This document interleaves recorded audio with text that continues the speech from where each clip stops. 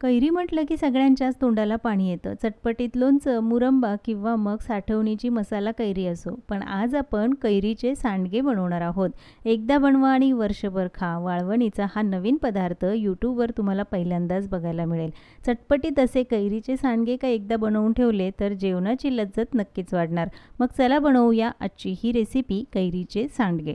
त्यासाठी मी 1 किलो कैऱ्या घेतल्यात आणि मी जी कैरी वापरली ती तोतापुरी कैरी आहे. तुम्ही राजापुरी, गावठी कोणतीही कैरी वापरू शकता.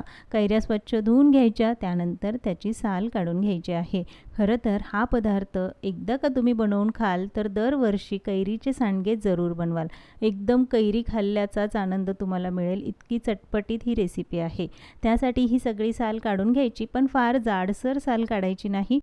सगळ्या कैरीची ही साल काढून घेतली की त्याचा किस करून घ्यायचा. त्यासाठी किसणीचा जो जाडसर भाग असतो त्याने याचा किस करायचा, म्हणजे किस थोडा जाडसर होईल. फूड प्रोसेसर असेल तर अगदी 2 मिनिटाचं काम. तर आता हा कैरीचा किस तयार करून घेतला. सगळ्या कैऱ्यांचा किस करून घ्यायचा आहे. उन्हाळी वाळवणीच्या भरपूर रेसिपीज आपल्या चॅनलवर आहेत. त्यापैकी एक म्हणजे साठवणीची मसाला कैरी. एकदा का तुम्ही या पद्धतीने कैरी बनवून ठेवाल तर नेहमी अशीच बनवाल. आता हा जो किस तयार झाला त्यामध्ये चवीनुसार मीठ घालायचं. तर मी अर्धा चमचा मीठ घातलं आहे. अर्धा चमचा यामध्ये हळद घालायची. पाव चमचा हिंग घालायचा. अर्धा चमचा भाजलेल्या जिऱ्याची पावडर घातली की लगेचच यामध्ये लाल तिखटसुद्धा घालायचं. पण मी इथे काश्मीरी लाल तिखट वापरलं. रंगही छान येतो आणि तिखटपणासुद्धा. पण जर तुम्हाला खूप तिखट हवं असेल तर साधं लाल तिखट वापरलं तरीसुद्धा चालेल.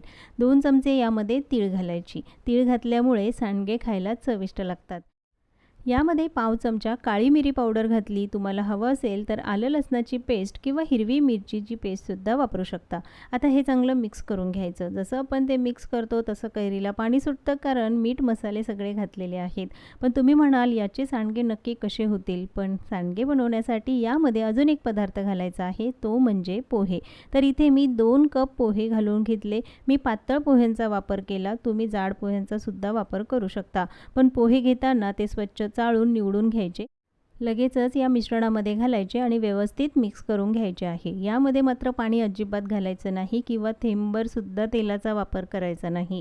कैरीचा जो ओलसरपणा आहे त्यामध्येच पोहे व्यवस्थित मिक्स करून घ्यायचे.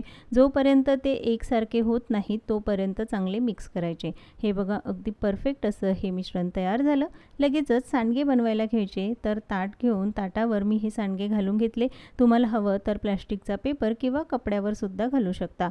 ताटाला सुद्धा तेल लावण्याची गरज नाही. सांडगे घालताना ते थोडेसे जाडसरच घालायचे, कारण सुकल्यानंतर ते आकाराने कमी होतात. तर अशाच पद्धतीने सगळ्या मिश्रणाचे हे सांडगे घालून घेतले. तुम्हाला हवं असेल तर लगेचच उन्हामध्ये सुकवू शकता. पण मी 1 दिवस पंख्याच्या हवेखाली आणि नंतर उन्हामध्ये सुकवले आहे. पण उन्हामध्ये जरूर सुकवा, तरच ते व्यवस्थित कडकडीत सुकले जातील.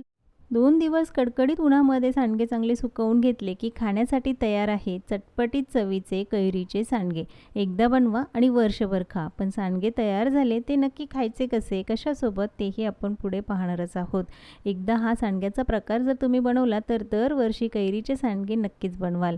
सांडगे तुम्ही तळून किंवा भाजून सुद्धा खाऊ शकता. पण आज आपण तळून बघूया. तेल चांगलं गरम झालं की त्यामध्ये हे सांडगे घालायचे. गॅस अगदी कमी आचेवर ठेवायचा, म्हणजे आतपर्यंत ते व्यवस्थित तळले जातील. पोहे घातलेले आहेत त्यामुळे छान फुलतात आणि कुरकुरीत सुद्धा होतात. नुसतेच खायला सुद्धा चविष्ट लागतात. पण डाळ भात, खिचडी, दडपे पोहे किंवा तोंडी लावायला भाजीमध्ये सुद्धा तुम्ही याचा वापर करून, डाळ किंवा भाजी असेल तर त्याला थोडासा आंबटसरपणा येण्यासाठी सुद्धा सांडग्याचा वापर करू शकता.